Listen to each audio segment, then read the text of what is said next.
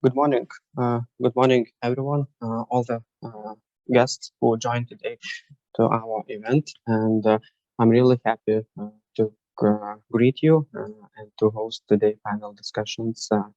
And this panel discussion is a little bit different event compared to all other events which we're organizing.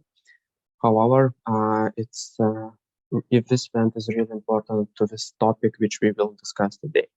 And this event is partially related with the SymphonyNet project, and few words about the SymphonyNet project. And SymphonyNet is a collaborative network led by Center for Financial Crime and Security Studies at Royal United Service Institute in collaboration with Royal United Service Institute Europe and supported by the National Endowment for Democracy. The network aims to bolster the response of EU member states to the national security threats posed by illicit finance for democracies and to provide viable policy recommendations. This is our second event. A few weeks ago, we had a closed event where we discussed about national security and sanctions issues here in Lithuania and how these issues can be addressed for the European Commission. And today's topic is really important. As I said, the part of the European SafeMoney project, the Center of Excellence in Anti-Money Laundering, together with the Royal United Service Institute and the Center for Financial Crime and Security Studies, we welcome you, everyone, to our virtual panel discussion of the illicit finance and sanctions implementation challenges in today's context topic. This topic raises many challenges, not only for financial institutions, but also for all the businesses and countries in general. Today, we will talk about the effective implementation of the sanctions and discuss can ineffective sanctions implementation and illicit finance be a threat for national security. So, I encourage everyone to stay focused and be active during all panelists' discussion. Before moving forward to the panelists, here are a few technical notes which I would like to highlight. First of all, panel discussion will be recorded and you will have a possibility to review it later on our website. Second one, as previously mentioned, I really encourage everyone to be active. The more questions you will raise, the longer we will have our discussion today. We agreed with our panelists that we will try to answer as much as possible the questions which will be asked. And in general, we're expecting that our panel discussion will be around 1 hour long. However, as I said, if we will have discussion longer and more questions will be raised, the discussion will be longer. So this is it from the technical side. Just one more note, the questions can be raised in the chat function. So please use this chat function for the questions. Without further delay, I would like to present our panelists for today. And the first is Elena Koncevičiūtė. Elena is a senior anti-corruption advisor in European Union Anti-Corruption Initiative in Kiev, Ukraine. Focus strategic advancement, IT, and capacity development of newly built anti-corruption bodies in Ukraine. Financial investigation, asset recovery, member of the UA, Seizures and Freeze Task Force. Alana, welcome on board. Second one is Agnė Sakalauskaitė. Agnė, everyone knows Agnė Sakalauskaitė, that we always have her in our panel discussions and training. But in general, Agnė Sakalauskaitė is a diplomat and a lawyer at Ministry of Foreign Affairs and has worked in various positions in Vilnius and abroad. Currently, Agnė is at the Ministry of Foreign Affairs Sanctions Group, established just more than a year ago in response to massively expanded sanctions regime, and mostly dealing with the issues of legal framework for sanctions implementation in Lithuania. Agnė, welcome on board, and looking forward to hear your thoughts for today's discussion. Third one, Andrius. Probably everyone also know Andrius Merkelis. And Andrius Merkelis is a board member and head of AML working group at FinTech Hub LT Association, which comprises more than 60 Lithuanian fintech companies, and an expert in AML CTF and sanctions with 15 years of experience in banking and fintech areas. He is certified CAMS and advanced CAMS audits holder who over the year actively participated in numerous AML-related initiatives and interinstitutional working groups dealing with AML, CTF, and fraud prevention issues. And last but not least, definitely is our guest from abroad, Tom Keating.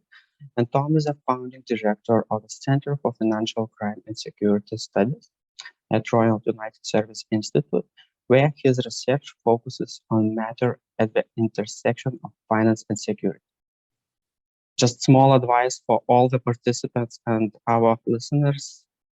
I encourage everyone to follow Tom Keating on Twitter. Actually, do it only because this reason I installed the Twitter and registered myself. As just saying a few words, I mean, if our Minister of Foreign Affairs retweets Tom Keating tweets, so definitely there is something which is need really to listen. So yeah, welcome everyone to this panel discussion and our panelists. And yeah, probably without further delay, I would like to move forward with our discussions. And let's start, Tom, from you. Tom, last week, Politico journal published your thoughts about illicit finance as an heel for EU European security. I read this article. Probably not everyone have read it, but could you present the article and the main outcomes? What and your thoughts from this article, Tom?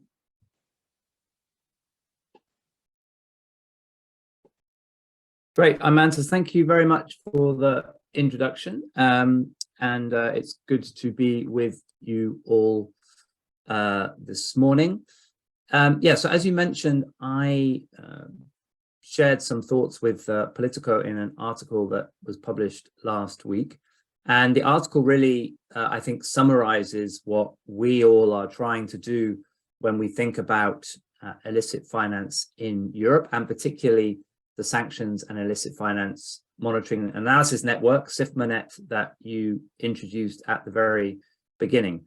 And the headline really is that in my view, in our view at RUSI Europe, dirty money, as I say in the article, is undermining European democracy. And of course, we must focus on the effective implementation of sanctions against Belarus, sanctions against Russia. And we will talk about that, I'm sure, during this conversation. But we also need to think more broadly. Sanctions are really only part of the response that is required in order to combat illicit finance and the threat it poses to our democracies in Europe. So why do I say that? Well, as we know in London, as my colleagues in Brussels know, as you all know in Lithuania, for many decades now, Western democracies have been open to finance, open to investment. That's what has made our economies grow. That's what's made them successful. And dare I say it, in the past 30 years, is why Vilnius is the city it is, and Lithuania is the country that is. So we don't have capital controls, we don't have borders when it comes to finance, and allies and adversaries alike are able to bring finance into each other's countries for investment and for employment. But because there are no borders, and because perhaps money can flow across a border without needing to show a passport or an ID card, there is always a risk that the money that comes into our countries does not come for investment, but it comes to undermine our democracies, our open societies. And so we've seen in recent years how the European Union has been trying to deal with the money laundering issues that have emerged, develop directives, develop the supervisory body, the Anti-Money Laundering Authority, and really try,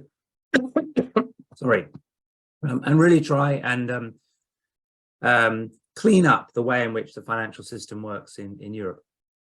But at the same time, there are much more insidious, less obvious forms of dirty money coming into our economies. And we call those active financial measures. So what that means is people using money as a vector to try and undermine our democracies, to try and threaten our open societies, to get involved in undermining elections, for example. And we saw recently, you may have seen in the newspapers, a revelation shared by the United States State Department that alleged that Russia had spent $300 million trying to undermine elections in as many as 24 countries, including in Europe. And indeed, that article noted that the US had discovered that Brussels was being used as a hub for foundations and other fronts that back far-right candidates, really trying to take advantage of Europe's poor record in implementing financial crime standards and understanding where the dirty money comes from. And you'll have also heard the European Commission President, Ursula von der Leyen. She underlined that in her State of the Union speech, where she was concerned that member countries were losing sight of the way in which foreign autocrats are targeting the EU. And she also pointed to funding provided to research and academic institutes. Perhaps she was pointing at RUSI, but we're certainly not trying to undermine European values. But there are clearly some organizations out there from adversary countries, not just Russia, but perhaps also places like China, that are trying to undermine European values. So we really need to focus on illicit finance, not just from the perspective of implementing sanctions, but of course that's important, not just from the perspective of implementing anti-money laundering directives to identify criminal finances, but also thinking about how is that dirty money trying to influence our politics, influence our political institutions, influence our judiciary through getting close to power, through funding perhaps NGOs, through funding charities that are anti-democratic. And so the purpose of this network, Imantas, that you mentioned and that we're delighted that the Centre of Excellence is part of, is really to try and broaden our thinking about illicit finance. Sanctions, yes, we must implement those effectively. Criminal finance, yes, we must identify that through suspicious transaction reports and the like. But also there is this third part, which is how is money as an active financial measure being used to try and undermine our democracies. We need to be alive to that. We need to be alert to that. I was encouraged in our visit to Vilnius recently to see how active the conversation is on that topic, but we can't be asleep. And of course, as people in Lithuania are always quick to remind me, Lithuania is between Russia. You know, you have Kaliningrad on one side, you have the main Russia on the other side. Nowhere is more alive to this risk than Lithuania. And we obviously have enjoyed understanding how you think about that in Lithuania and hope that we can contribute to expanding the thinking, whether it's through Mr. Landsbergis's Twitter or any other way, expanding that thinking and understanding with the people who've taken the time to join us today. So, Imantas, thank you very much for the introduction. Thank you for this opportunity, and I look forward to our discussion. Indeed. Thank you, Tom, for your short overview about your article. And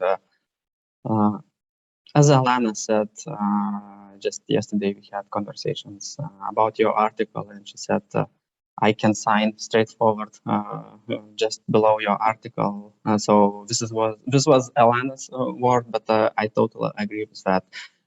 We need to look wider. I mean, sanctions implementation, as you said, Tom, it's really great. And in one, sometimes better, sometimes not so good, but we're moving forward, yes, in general. So illicit finance, yes, we're also talking about, but about influence for the politics and etc. From the dirty money perspective, this is the topic which we do not talk so much, especially probably financial sector and all other sectors, maybe in political level, yes. But yes, Alana, Andrews, Agnia, would anyone would like to reflect to what Tom said?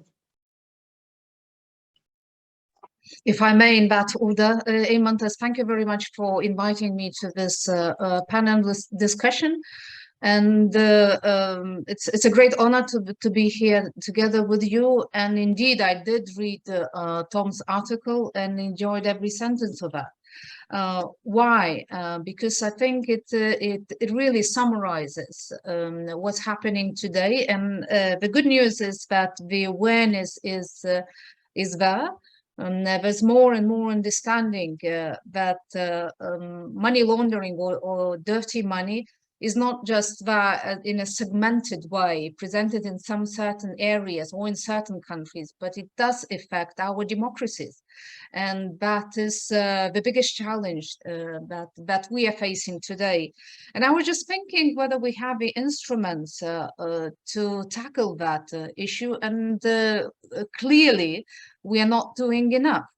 But I was looking at some of the instruments regarding political party funding, and if that's controlled enough, if we know where the money is coming from.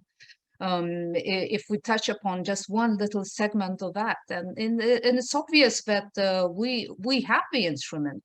And many of the countries in Europe are part of the Council of Europe's group of states against corruption, and they have the entire round dedicated to political party funding. And I think, and I regret to see that very many things, if they were implemented back in 2008, 2009, and actually also before that, we would not have a discussion of that length today, because those instruments would have worked. But I think there was an understanding that only the minimum should be met, minimum standards, and that's sufficient.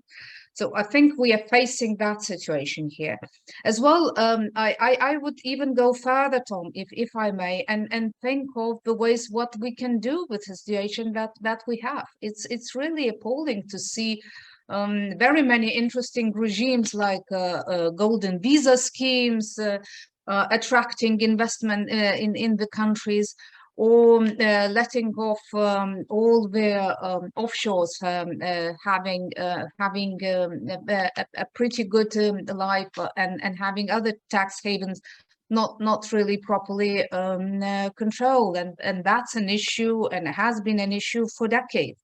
I also looked at how we are progressing in terms of corruption. And the news is not very bright, because we have not made a lot of good progress, it seems.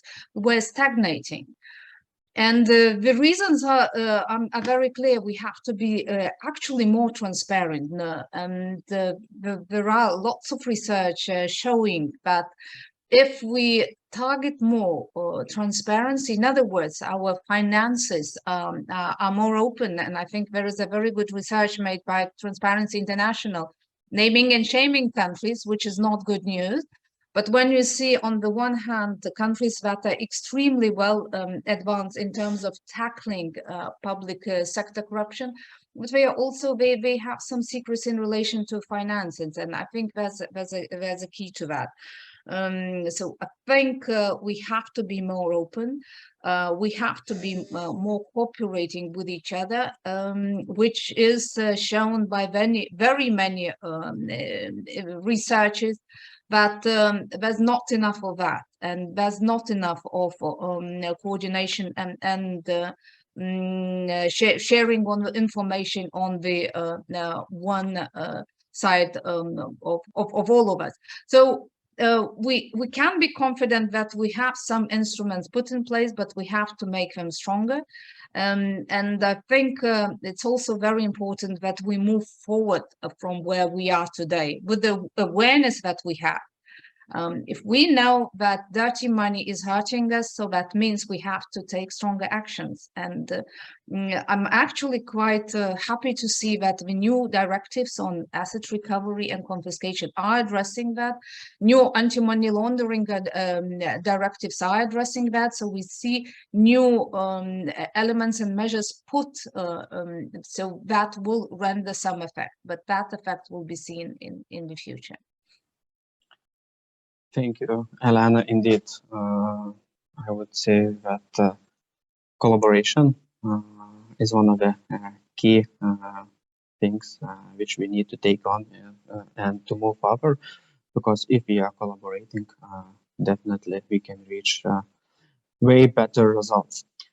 Yes, Andres, I would like to jump to you. And in all of what was said from Tom and Alana perspective, and when we are talking in general about moving illicit finance through financial systems, should we also talk about the use of fintech industry to move funds via it? I mean, we all probably heard the stories that the first who uses new technologies are the criminals, yes? And maybe there is also something like that and similar. And what is your thought as you are representing the biggest fintech association, at least by numbers? I mean, it is definitely the biggest fintech association in Lithuania. Do you think fintech industry is capable to meet all the challenges which is coming from illicit finance and sanctions implementation and etc.? So very interesting to hear your opinion, Andres. Yeah, thank you for this long question. I would like to start from let's agree on and thank you for having me in this interesting meeting and perfect possibility and opportunity to share ideas, thoughts, and knowledge, of course. Let's start from definitions. Like, yes, when we're talking about, if we're talking about like our association, if we're talking about fintechs, I would say in our case we should talk about licensed institutions, financial institutions. We are talking about 33 licensed electronic money institutions and payment institutions. So it's our members, and I would like to talk from this angle, because fintech is very wide definition, and there could be many other things added there, including virtual assets providers, services providers, and so on.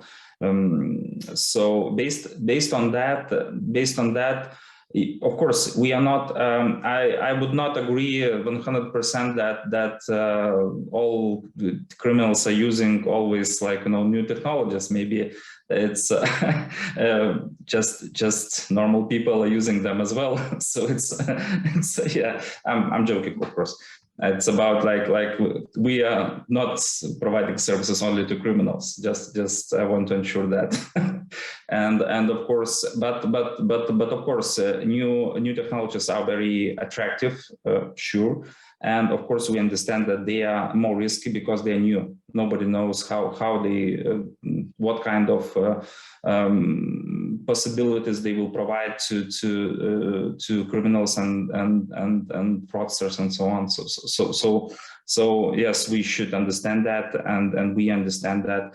And of course, we are not living outside our great planet. We understand that it could happen, and that's why we put attention on that angle. So about whether it could be used by criminals, and whether we are capable to meet these challenges.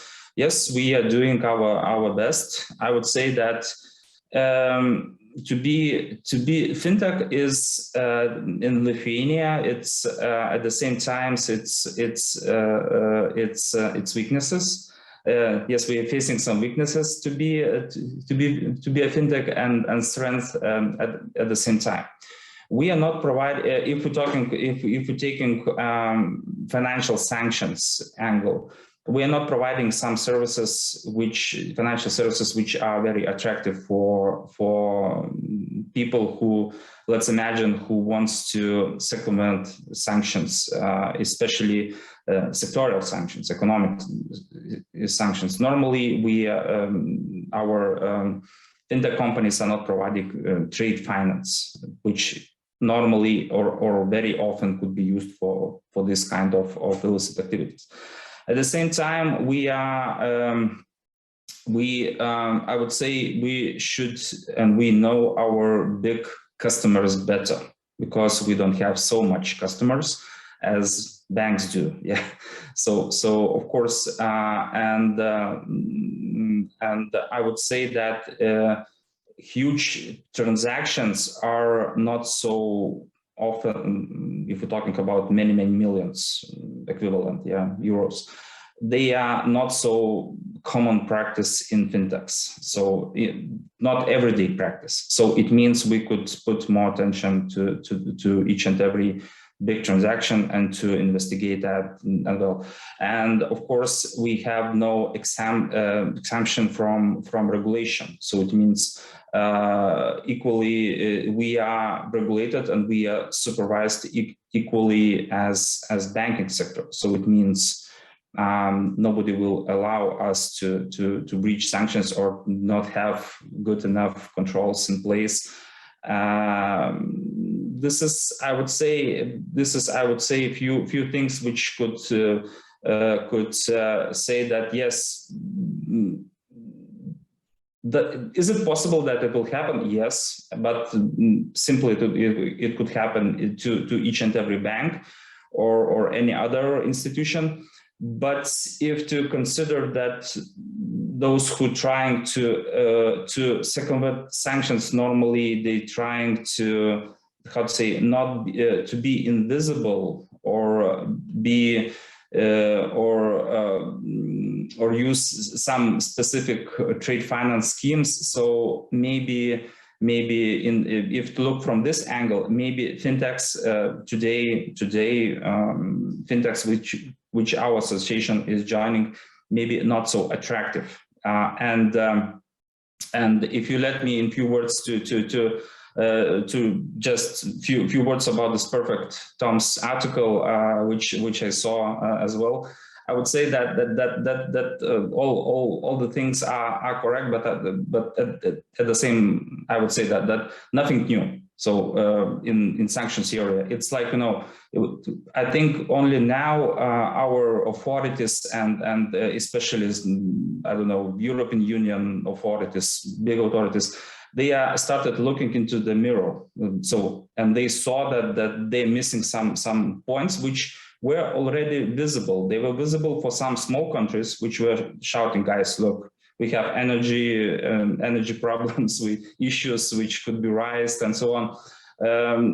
Some countries many years were shouting about this hybrid tools, weapons which are used by Eastern countries, yeah. And at the same time, if even we're talking about these golden visas and investments, look, it was mentioned in ML from ML perspective in previous SNRA, supranational risk assessment. This factor was mentioned as high risk factor. So all countries were informed that, look, this is the issue, and you should work with this issue.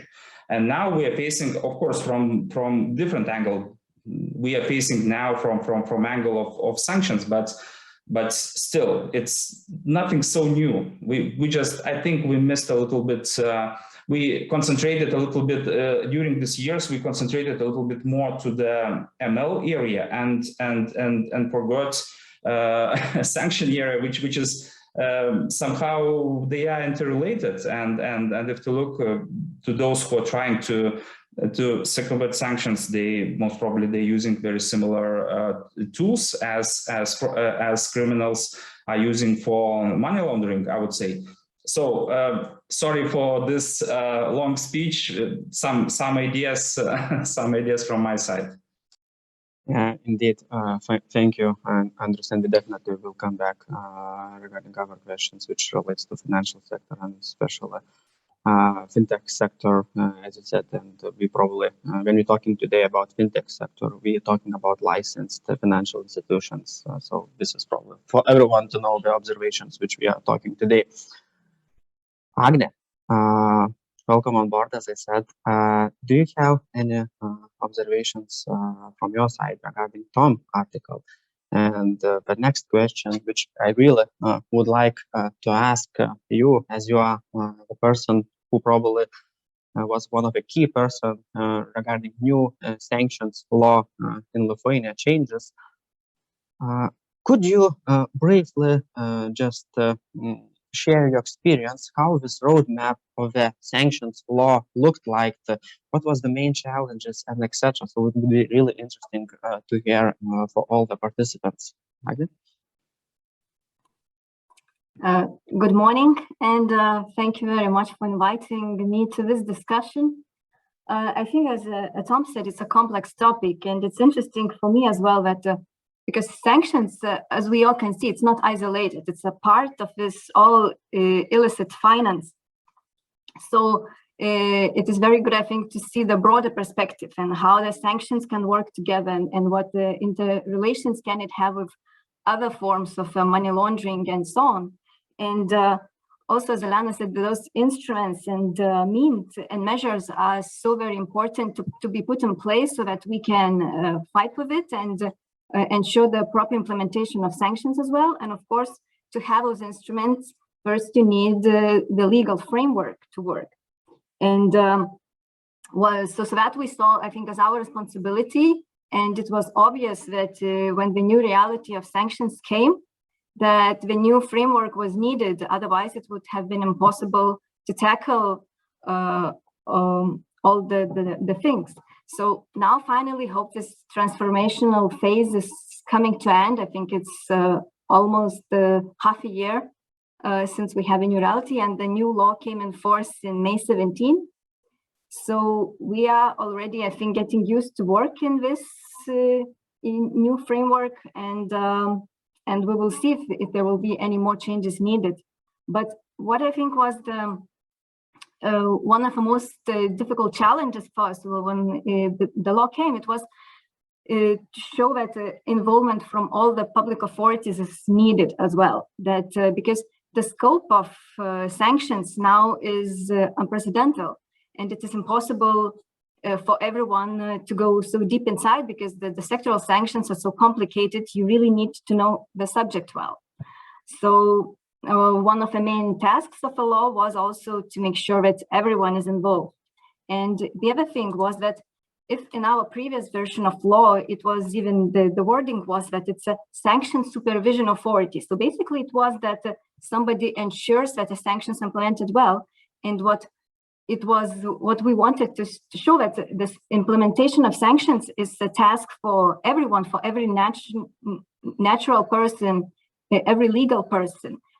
So now what public authorities are, now they are just ensure sanctions implementation. So are here to help, but not really to only supervise. Okay, great, Agne. And let's not run from Agne and just Agne one additional question, and from them we will move over. Just recently, last week, the new 8th package of the sanctions was implemented. Yes, I'm pretty sure that you are one of the persons who knows the best what kind of new sanctions were implemented. Could you briefly introduce to everyone, to all our participants, what kind of new sanctions are introduced and what they should look out for? Yeah, I think everyone can, of course, read this new package and in the law, but it's, I think, the most difficult part is sometimes to understand what is the essence of it. So I can maybe a bit help with that. So the most important probably prohibitions were that 7 billion worth new import bans. So the import on some steel products, pulp and paper. So basically the products that mostly contribute to Russia's revenue. Also some export bans of some technologies, so that would not help to advance the technology of Russia. Also, there was a prohibition for some legal advisory, architectural engineering services to provide for Russian companies. Prohibition for EU nationals to hold a post in governing bodies of Russian state enterprises. And inclusion of maybe 35 additional persons and some entities engaged in the organization of sham referenda and other involved in the aggression persons. Of course, introduction of oil price cap, and very important maybe, the new sanctions circumvention criteria. So now the persons that are helping to circumvent sanctions may also be put into sanction list. Thank you, Agnes, and I'm really happy that this circumvention of the sanctions was mentioned. And I personally believe that the circumvention of the sanctions will be one of the hottest topics in the nearest future, because more and more it will be entities will try to circumvent the sanctions. Sadly to say, but I'm pretty sure that I believe, and there will be a lot of challenges for financial institutions, for all other entities to identify such things, because I mean it's not easy role to identify circumvention of the sanctions. Yeah, Tom, coming back to you, Agne just very briefly introduced 8 sanctions package to Russia, and I'm wondering what would be your thoughts about it in general, and I would go even deeper. Do you think European Union should continue to increase the number of the new implemented sanctions, like ninth package, 10th package, and etc.? Or maybe we should move few steps back and to review how the first packages are implemented. Maybe we still are missing, and maybe we should focus on this from this perspective. What is your thought? So my thought is that we have to go along 2 parallel roads. So, I mean, I think it's spectacular that the 27 member states have continued to remain united on bringing forward sanctions packages. I think there was fear, wasn't there, for the 8th package, that there might be 1 or 2 countries that were starting to, perhaps be less enthusiastic, and so these future packages might be more challenging. But still, Agna and her colleagues in other ministries of finance are maintaining the unity. That's fantastic. So of course we need to keep putting pressure. Sanctions are a long-term tool, and we need to be prepared for a long-term commitment to new packages. But I also think that when you're sitting in DG FISMA or elsewhere in Brussels, it's very easy to agree, we remove Russian banks from SWIFT, or we implement such and such a restriction, without understanding the reality of what that means for financial institutions and businesses in Vilnius, in Warsaw, in Stockholm, in Milan or Rome or whatever. And I think you're going to have to forgive me. I'm going to use a American TV example here. But you know the TV show with the Roadrunner, right? The Roadrunner. And sometimes the Roadrunner runs off a cliff and he keeps running. And then he looks down and he realizes that there's nothing underneath him and he falls. And I think with the sanctions, we've run off the cliff and we're running, but we need to be building the road underneath the sanctions, because I think a lot of countries just don't have the laws, the people, the expertise to implement the sanctions effectively. As you discovered in Lithuania, and as we enjoyed learning in our recent workshop, you know, many countries introduced their sanctions law when they became members of the European Union. So I think maybe 2004 in the case of Lithuania. And when it comes to implementing sanctions that are extremely complex, I will come back to this, the laws that were sort of just put on the books so that you could get into the European Union just aren't fit for purpose. That's not a criticism, that's just a fact that we haven't faced this kind of complexity of sanctions implementation before. Now, in Lithuania, you had what I might call a dress rehearsal in the context of the sanctions on Belarus. Lithuania is one of the countries most impacted by the requirement to put sanctions on Belarus. So what do I mean by the complexity? I think what I mean by the complexity is if someone's name is on the list, if Tom Keating is sanctioned, then okay, banks and others can maybe check to see if they have Tom Keating as a client. But if you say British guys who like the theatre, that's much more complicated, right? You have to really understand your clients in incredible detail, and you have to really invest in investigating each of your clients to understand, are they involved in the activity that is sanctioned?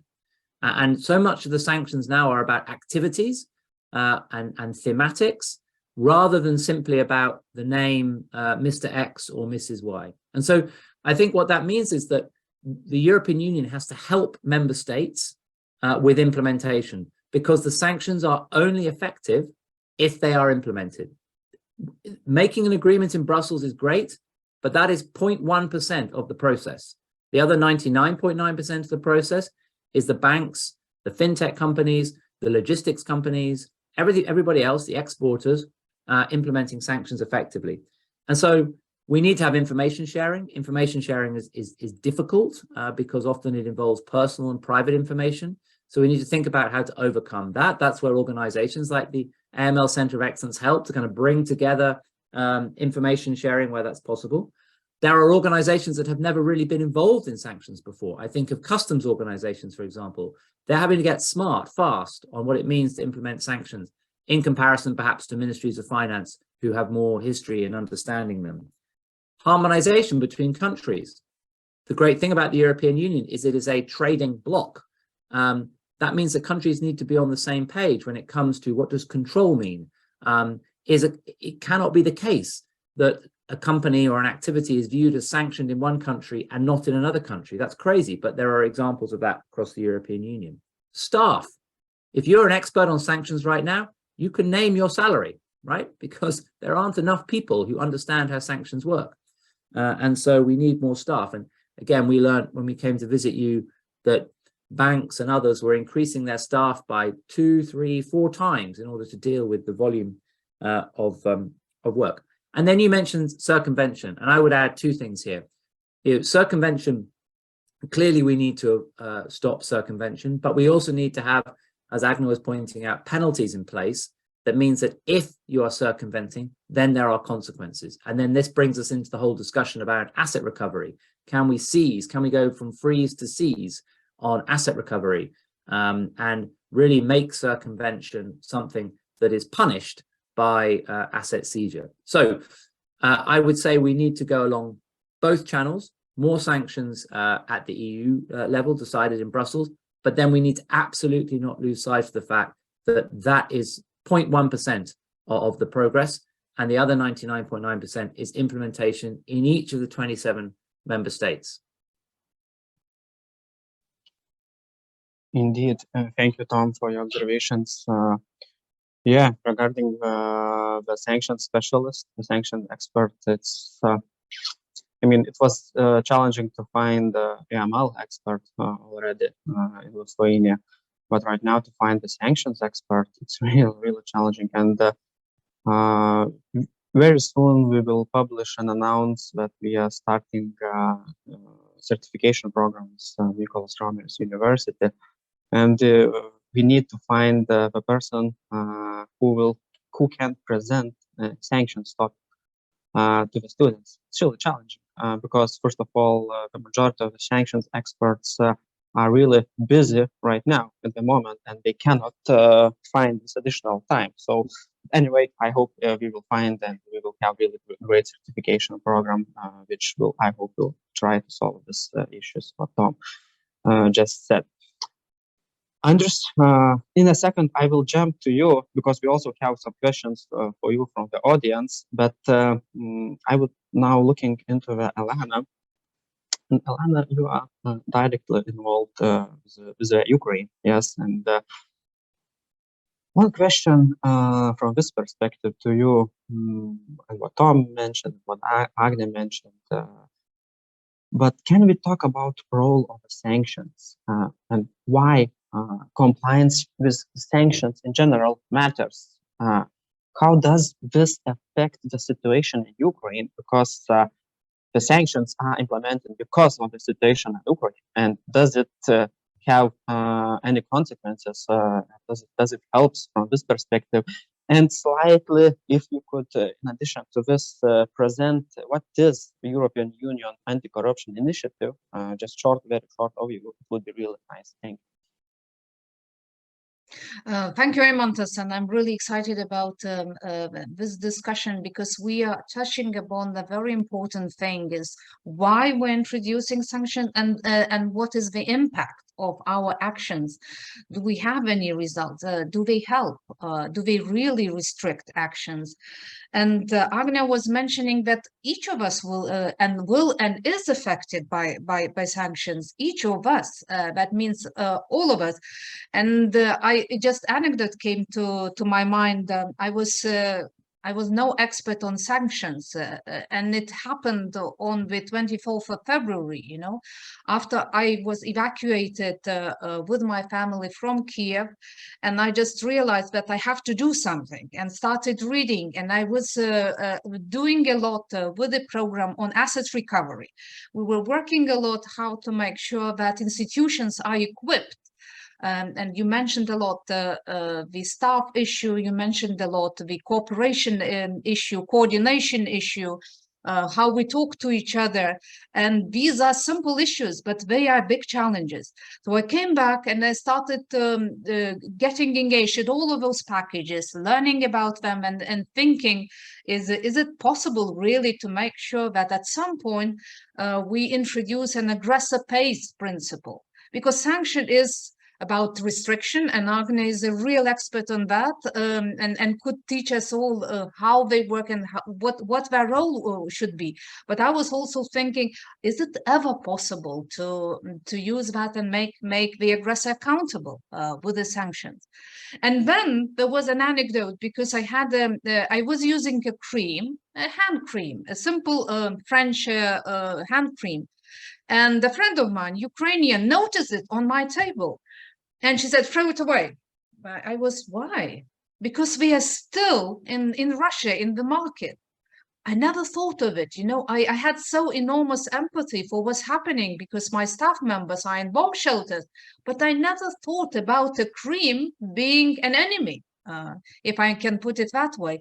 And so when I talk about, this is a simple example, but then that's actually possible for each of us to visualize that. And this is just a very, very small one. We are talking now about energy. We're talking about each of and every household affected by higher prices, and we have to understand ourselves and explain it to others what effect, why it happened.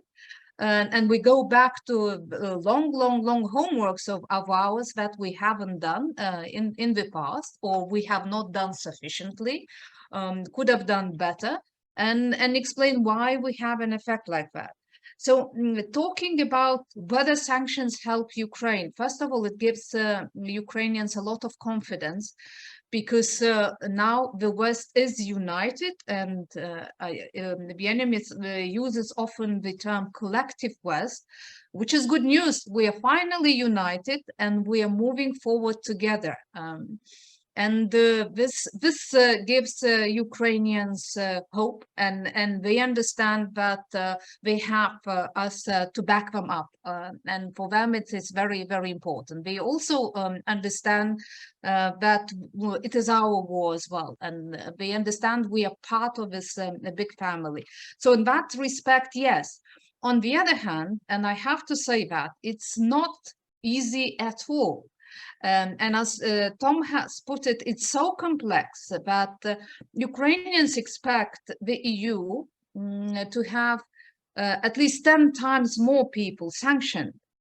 And we have to answer the question ourselves: are we ready to make those sanctions really work? In other words, put compliance in place. And the other day, I was talking to my Ukrainian colleagues, and they were explaining the methods and the tools, the patterns used of sanctions circumvention. And it's you see some of the countries, including my own, which is there on the list, that is somehow also used and becomes part of those smaller schemes. Smaller or bigger schemes by coincidence, because that happens, and because there are really sophisticated methods used, because it's really attractive to circumvent them. And we have to be ready, and I don't know if we all understand that, today, that we will be sanctioning our own people, our own companies, and we will end up in quite a long list. So we have to make sure ourselves that what we do quality work, but we don't overdo it, because that will maybe create chaos to all of us. So we have to have things under control. And very briefly regarding the program itself, so it is a program to help Ukrainians today. It was for 5 years a program against anti-corruption, but now it has several other strands helping the Ukrainians keeping their resilience, keeping them strong, especially the anti-corruption bodies, because they would have 20, 30 more time to spend on corruption, because corruption is changing. It will become, and everybody understands that, not only more sophisticated, but also armed corruption. But also now we focus a lot on assets recovery and seeing how money, how the money that is requested by Ukraine could come also from the seized assets, if it's at all possible. I know instruments are being built in the EU and elsewhere. Because we are talking about 750 billion euros that are requested by Ukraine, which is 3 GDPs of the country, and this money needs to be collected somehow to rebuild Ukraine. So a very, very complex topic indeed, and we have to be aware of all of the complexities and elements of that. And at the same time, be and continue to be united. That is the strongest asset we have today, and I think we need to bear in mind that this is not a given. We have to fight for us to be united. Okay, Tom, you wanted to say some reflection. Yeah, just a couple of quick points. So on circumvention, I think there are 2 things to think about here, which is we need the penalties. Agna talked about those, but we need the penalties, and we need to then enforce those penalties. There is obviously this focus on trying to also seize assets, so that who pays situation, whether that's thinking about the state bank, the central bank assets that have been frozen, or the assets that have been frozen related to oligarchs. I think the EU has done some smart legal thinking on that around this disclosure requirement. But then also there are third countries, and the third countries, and yes, I will name them, like the UAE, like Turkey. I saw an article the weekend about one of the well-known oligarch yachts that is now moored in Hong Kong. I cannot believe that Hong Kong is now also, if you like, on the wrong side. So I think we need to think about, what do we do about third countries? Of course, it's their choice. If they want to behave like that, that's their choice. But then we need to react to that. Does that mean sanctioning these countries? No. But we need to make it clear to the industries in our countries, the banks in our countries, that if you deal with countries like the UAE or Turkey or Hong Kong even, then they have shown themselves not to be complying with the sanctions that we believe in. And therefore, you need to think twice before dealing with those countries. So, I do think we need to be stronger in these areas, because circumvention is always going to happen. And if we don't clamp down on circumvention, then as we know from previous rounds of sanctions, they very quickly shrink like a grape on the vine and become ineffective. So if we don't maintain them, then they lose their power. We must maintain them. Thank you, Tom. Okay, actually, I see that the time is running so fast, but I really glad that we have more time reserved for this discussion. So, Andrews, we have the question from the audience to you. Just a second. I hope you will be able to answer and understand 100%. And later on, I will have one more question. But Andrew, could you sum up, and it probably it's a reflection to your previous thoughts, what are the key 3 issues that should be solved? I hope you 100% understand the question. This is like that. Yeah. So are we talking overall, or we are talking? Okay, I will try to speak a little bit, starting from wider things and go a little bit narrow. Yes. Okay, just reaction to what Tom mentioned and what Elana mentioned and what Agnes already mentioned as well. So I would say that it took like more than 30 years for Europe to understand how to fight and how to implement a better quality anti-money laundering and its unique organization, which we are now waiting. It's AMLA, yes. So I think we have, if somebody will ask, in which country sanction works better, more efficient? Is it US? What do you think?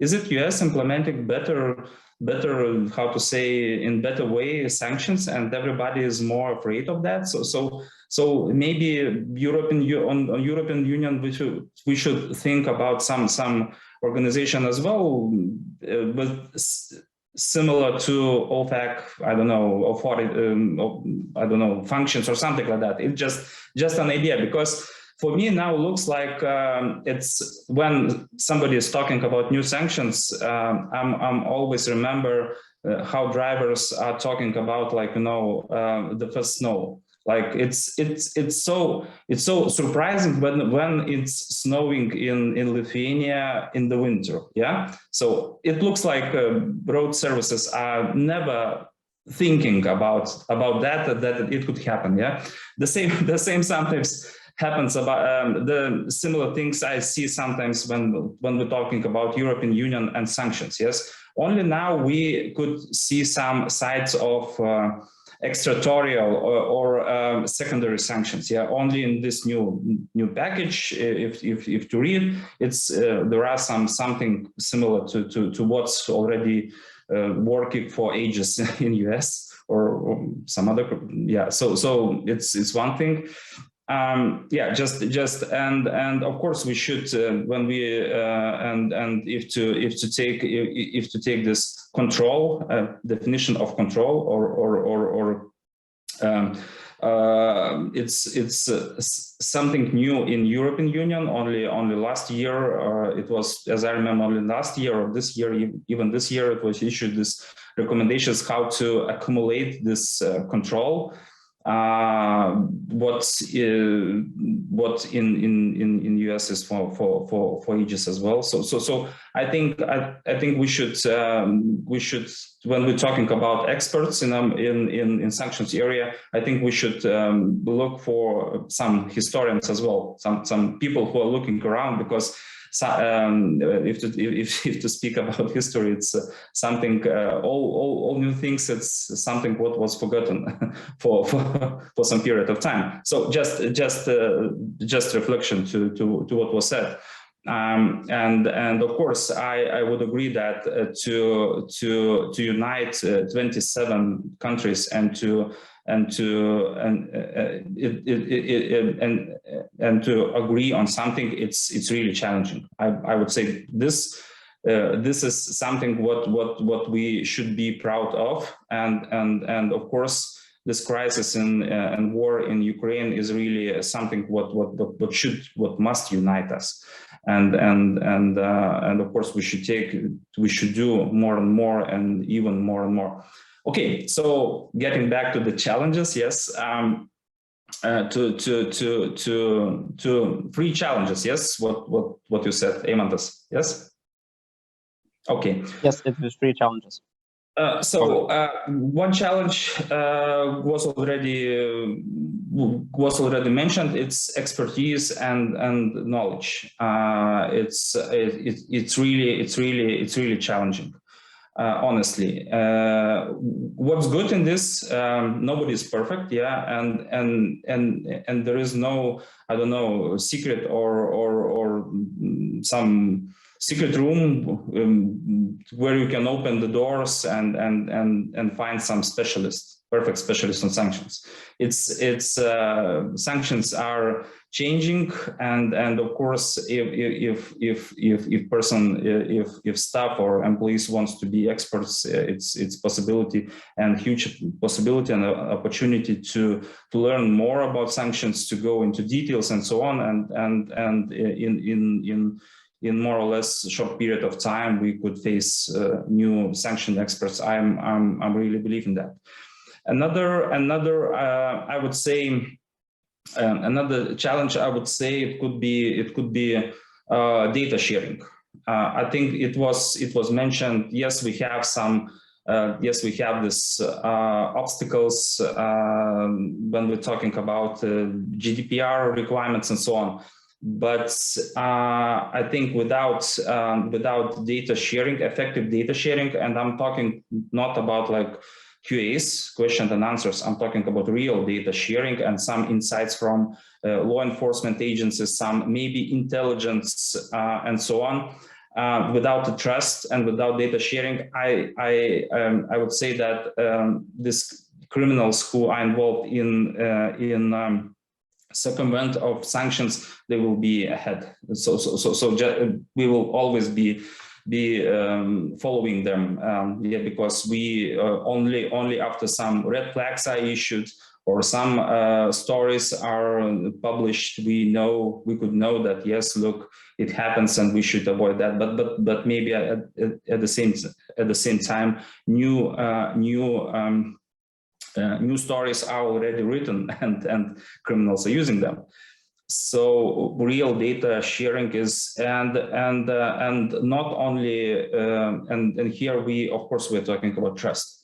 Data sharing should be really among between all participants, all obliged entities, not only between banks or some among some specialists. I would say it should be like should be a little bit wider circle of or company, say, team of those with whom this information is shared. And what else? It's of course it's the third one, I would say, but we already discussed about that. It's Q&As and all this clear things how exactly to implement sanctions. I think Tom mentioned in his article, and Agna mentioned, and we all and I think Center of Excellence is doing all possible things to make all this all the things more clear for those who are implementing. So this is, but still, this is the challenge, especially for new sanctions. Where to find, how to implement, how to get answers in specific questions, and of course it should be done. Everybody agree that it should be done yesterday. Yeah. Because it's better when new sanctions comes together with the explanation, Q&As. It could be the best way. So this is, I would say, short but not short, not brief. Yeah, answer. Indeed. Thank you, Anders. And I hope we answered the question which was asked from the audience. When we talk about the audience, I see another question for Agna. And I hope you will be able to answer this question. What are expected sanctions controls that the financial and non-financial institutions may expect in the near future? Let's try to predict something. I hope you understand the question, because this is how it's written. Yes. Well, I'm not sure if it's really the question about the control procedures that are put for financial institutions, the supervising things. So this is probably the Lithuanian bank and what to expect from new imposed sanctions. So, okay, now we have 8th package. Probably everyone understands it will not stop here, because sanctions are what? It's a tool of foreign policy, and as long as the situation is as it is, it will continue. So the new sanctions what I also wanted to reflect on what others said, that it's very important that there's imposition of sanctions, but of new sanctions. But also it's always very important to close the loopholes. So I think the new sanctions that will come up maybe will actually focus more and more on closing those loopholes, because if we notice the more circumvention routes or something, then we understand how maybe we need also to amend the laws, amend the regulations, so that those routes are not there anymore. And I also maybe will use the opportunity to reflect a bit on Andres' provocative saying about the US sanctions. So yeah, EU sanctions, first of all, they are not extraterritorial, but this main difference probably is also there that in EU, the sanctions are imposed unanimously by all EU member states together, but the implementation of sanctions lies totally on the member states. And that's when it comes to implementation, every member states, it has a different geographical location, different economic ties with an aggressor and so on. And the implementation, interpretation of the regulations comes very differently. And that's where it comes with difficulty.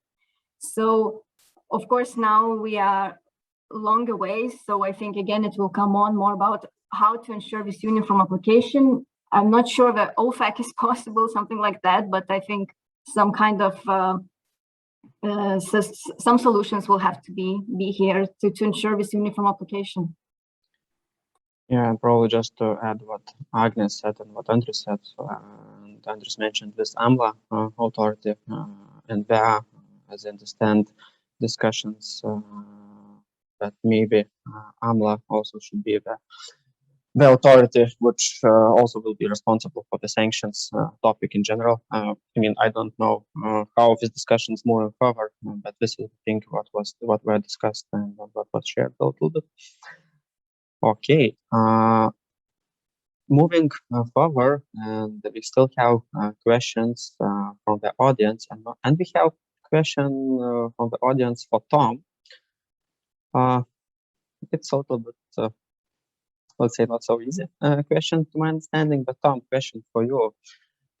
Given the recent major escalation from Russia, and this is meaning all the annexation of the 4 territories from Ukraine, do you think Western reaction in terms of sanctions was appropriate? It's just your thoughts. Well, I think so. I think earlier on, I think Elena was talking about how the Ukrainians want Europe to go faster and harder and more sanctions and be more aggressive. And I would certainly have every sympathy with that position.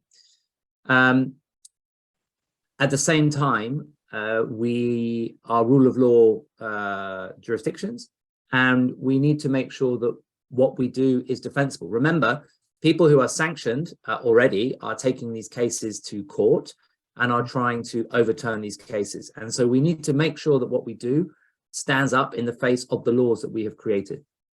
And so generally the law that when it comes to individuals that is being used is those that are benefiting or supporting the Russian government, or those that are kind of facilitating or threatening the geographic integrity of Ukraine. If you vote for annexation, you are threatening the integrity or the geographic integrity of Ukraine. So you should be on the list straight away, and there's no excuse for there to be any member of any of the legislatures not to be on the sanctions list. Ultimately, this is a long game. I think perhaps where the rhetoric from political leaders in the West was mistaken, and I can understand why this was the case, but still it was mistaken back in January and February, was to suggest that sanctions were some kind of instant weapon. We all know that sanctions are not, right? Sanctions are like slowly suffocating an economy. And what we need to be doing is focusing on ensuring that there are no holes in the plastic bag that we have around the Russian economy, slowly suffocating the Russian economy, and that we are very clear that this suffocating of the Russian economy is to starve the Russian military of the funding it needs and the technology it needs to wage its to wage its war. So I think there was a mistake, and certainly the then British Foreign Secretary and other leaders around the world were guilty of this mistake, was suggesting that the sanctions would happen, the Russian economy would collapse, and everyone would go home. That was never going to happen, and it was a mistake to let that narrative go out there. But the result is, I think, that in a way, expectations in Kyiv and elsewhere in Ukraine were very high on A, the effect of sanctions, and B, the rate at which they'd be issued. So I have to say that, coming back to the beginning of the conversation, part of the challenge when it comes to implementing sanctions is maintaining cohesion. So we have 27 EU member states who have stayed together and collaborated. We also have, don't forget, other members of the G7. It's unprecedented, and I use that word genuinely, it's unprecedented to see countries like Singapore signing up to non-UN sanctions, right? So you've got countries like Singapore, South Korea, kind of other members of that kind of democratic community who are willing to take, to follow the lead of Europe and the United States on implementing sanctions on Russia. So the West has done a very good job of building a coalition, and we need to keep that coalition together, because ultimately what we want to avoid is this circumvention, because as soon as you have circumvention, you have holes in the plastic bag, and the suffocation of the Russian economy will start to fail. So yes, everybody wants to go further, faster and harder, but we need to do that in a way that maintains the effectiveness of the sanctions. So it's absolutely right. And of course, maybe the annexation helped keep that cohesion in Europe for the 8th package. You know, I think I was surprised that the 8th package, people stayed together, countries stayed together, but maybe the annexation actually had a positive effect on European collaboration. I'm sure Agna can tell us about that. Okay, thank you, Tom. Agna, maybe some observations from your side?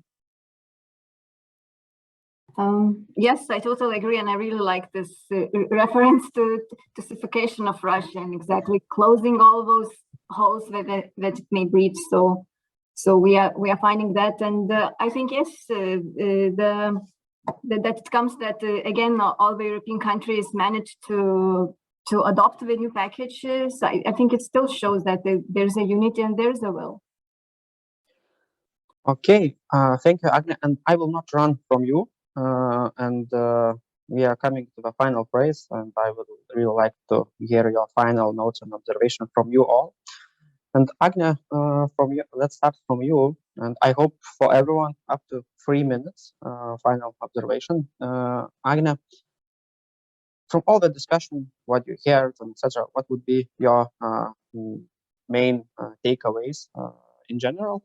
And would you have any recommendation for financial and, of course, non-financial institutions? Because we all know that not only financial institutions should follow the sanction law in general.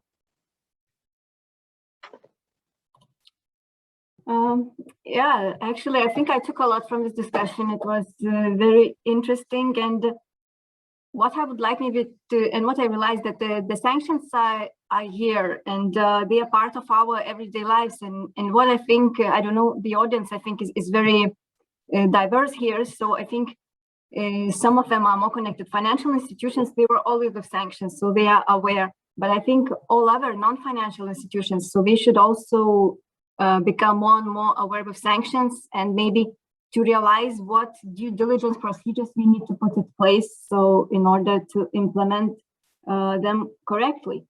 But also the financial institutions, the ones that cope with sanctions every day, they should also be aware that there are new nature of sanctions, and that we even get from the banks, we get questions, you know, how should we even implement the sectoral sanctions that were never there? And it's so difficult sometimes for them to understand how to implement that. So I think also what I learned that the cooperation is very important for this proper implementation. Again, that they said that is overall implementation around the EU.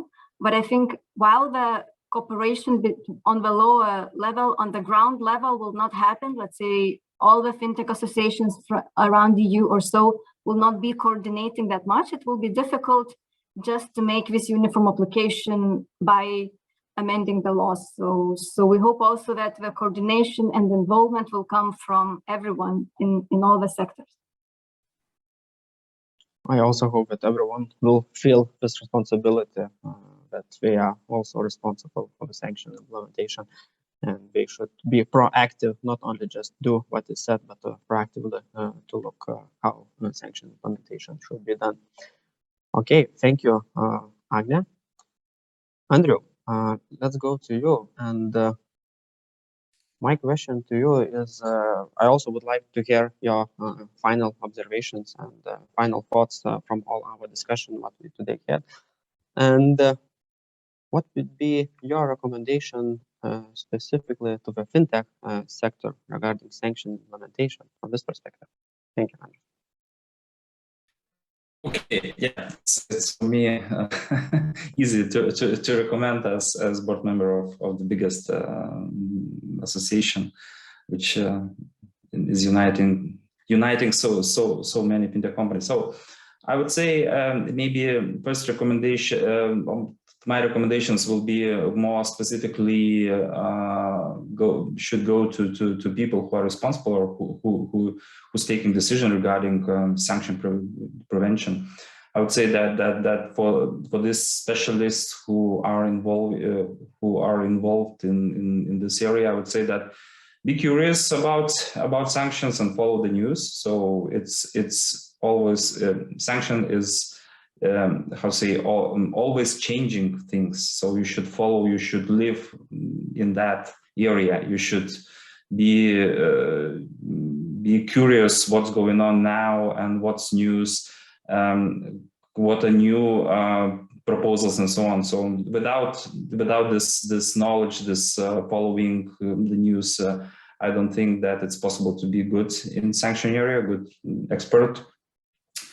At the same time, I would be for daily work, I would say that be suspicious on things like too good to be truth.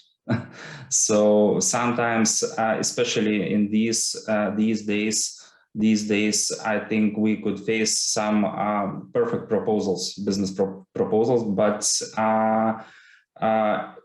magic sometimes happens. Yeah, we all know that, and we all waiting for Christmas. Yeah, and we all hope that we are in this good list of good people. Yeah, and get gifts. But I think to be suspicious about this perfect deals could help to avoid some or to predict some or to not allow happen some sanction circumvent.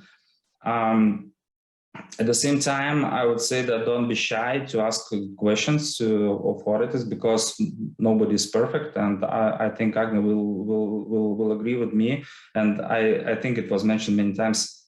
Many things are new for us as well, for authorities and for us, for even for old good banks. So nobody is perfect, and we should ask questions, and there is no stupid questions in this area.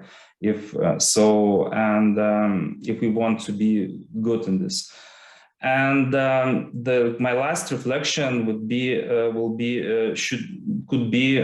related to what Elena already mentioned as the person who is in Ukraine.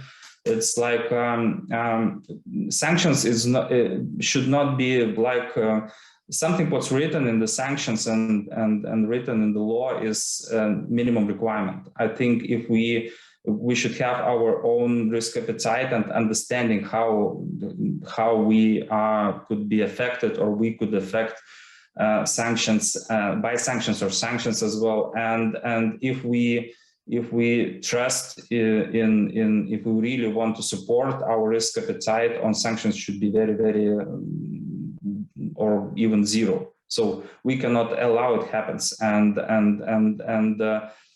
it's related to investments in good working systems, IT systems. It's in investments in specialists, in experts. It's investments in our everyday behavior. So it means You mentioned those cream on your table. I heard very similar things about tea at the beginning, because one of the most famous tea provider in Lithuania, it looks like it's it's related to it was related to Russian industry, and I was a little bit shocked as well. But it make me how to say how it make me to the point how it's related to our everyday life, and how easy is to follow, and how easy is to implement, and if everybody will if we will say that yes, we are supporting Ukraine, yes, we want to support, so it means it should be our support should be in our daily activity. It's not what's that I'm following sanctions regimes. We must follow sanctions regimes. Nobody's asking whether we want to follow. This is something what we must do. But let's speak and let's think about what we could do in addition to that, because nobody wants to rebuild the country after the war. Everybody wants to stop this war as soon as possible. I would say this way. Thank you. Thank you. Definitely, Andres, for your thoughts and observations. I mean, straight to the point, everything what you said. Moving forward to Alana, and I will ask Alana up to 3 minutes, just to leave some time for Tom to say his thoughts. But Alana, I would like to also to hear your observations from today's discussion and what you're taking out. But let's try to focus to the asset recovery, because you mentioned asset recovery, the topic which is really important, especially from the Ukrainians side and etc. So what would be the main challenges probably, and definitely recommendations to the Europe Union, and if not only the Europe Union, what should be done to improve asset recovery system in general? So, Lana? Thank you so much, and I'll try to be very brief. I do think that sanctions never sleep, like New York, so they are so dynamic. Somebody said it, and I think we are now living and will be living in the world of that. So we really have to understand how they become a tool that is effective for all of us, for each of us, and that we follow them, and we follow them in a quality wise. And why I'm saying it's very important, especially for countries like ours, small countries. Why? Because we then can become an easy target. If you don't comply, eventually you'll become an easy target. And I already seeing at the patterns of sanctions circumvention that they're using. They're very smart, and they're using and abusing all of our loopholes and all of our inefficiencies. Now, on asset recovery, we really have to do our homework. It sounds like simple words. International cooperation is not efficient. International or national coordination is not efficient. And when you think, well, but this is just they have to share information, and what it means good cooperation. But you look at, for instance, the Basel Institute latest observations, latest index, and you see we are okay with technical compliance. Most of the countries are moving okay, and Lithuania is having such good results. But the biggest issue is international cooperation, and for 10 years has been. So we have to learn to talk to each other. So back to really basics. We have to learn for Andres to talk to Agne and Eimantas. And then I'm so thrilled to see the Center of Excellence built in Lithuania. And it seems like a very small thing done, but for me it's magic. I came back from Ukraine, and I saw you running so many different seminars, explaining with your patients with the knowledge that you have, with the knowledge that you are willing to gain. And I think this is a very, very good lesson learned and an example to show to the others. Are we perfect? Of course not. But I would encourage the attempts. I would encourage all of your seriousness and dedication attached to this issue, because eventually that would lead to us recovering assets also for the benefit of Ukraine, and what is more important, preventing this from happening. You know, prevention needs visualization. When you don't see it, you don't understand what's the effect of that. Why should I comply? Why can't I use the cream that I've liked for so many years? Because then I see this the broken cities. I see corpses in the street, and that visual image is so strong that you can't sleep at night. We have to be very responsible there. So once again, congratulations on the work that you are doing, but we have to move forward. With all these nice words from Alana to the Center of Excellence, I would like to conclude actually our panel discussion, but going back more serious. Tom, what would be your main observations from today's discussions? And definitely, I mean, we had this closed event a few weeks ago, and we discussed also even deeper, let's say, about the issues and etc. What would be your recommendations to Lithuania as a country in general regarding effective sanctions implementation?